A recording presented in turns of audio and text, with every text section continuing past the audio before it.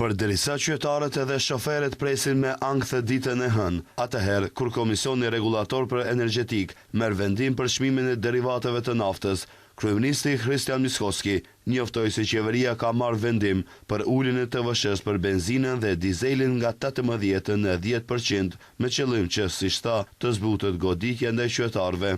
Me këtë vendim, Miskovski tha se çmimi i benzinës pritet të mbetet i pandryshuar, ndërsa çmimi i dizelit të rritet rreth 3.5 denar për litër.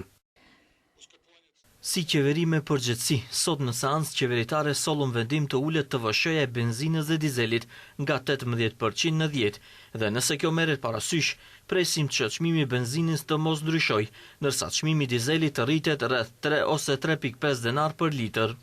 Me këto masa, Miskovski tha se qeveria u del në ndihmë qytetarëve dhe bizneseve, ndërsa ai u bë rithirje edhe tregtarëve që të mos të shfrytëzojnë këtë situatë që të fitojnë në kurriz të qytetarëve.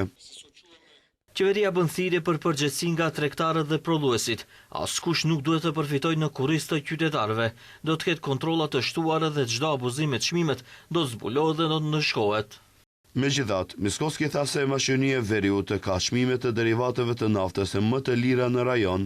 Ai shtoi se masa do të jenë në fuqi për 2 javë të ardhshme, duke filluar nga e hëna, me mundësinë e zgjatjes nëse është e nevojshme.